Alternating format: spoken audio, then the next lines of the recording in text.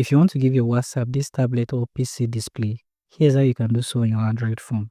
Now on your Android phone, you want to open settings and you want to make sure developer option is enabled. You can watch the video here on how to enable developer option. Once enabled, you want to scroll down to system. Now tap on system. Another system, you want to scroll down and tap on developer options.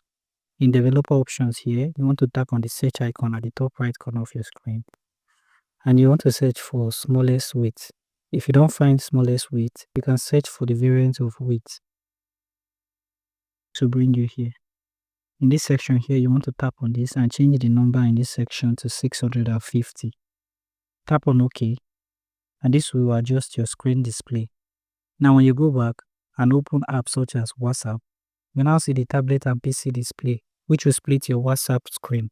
If you do find this video helpful, feel free to leave a like, subscribe, and have the post notification turned on.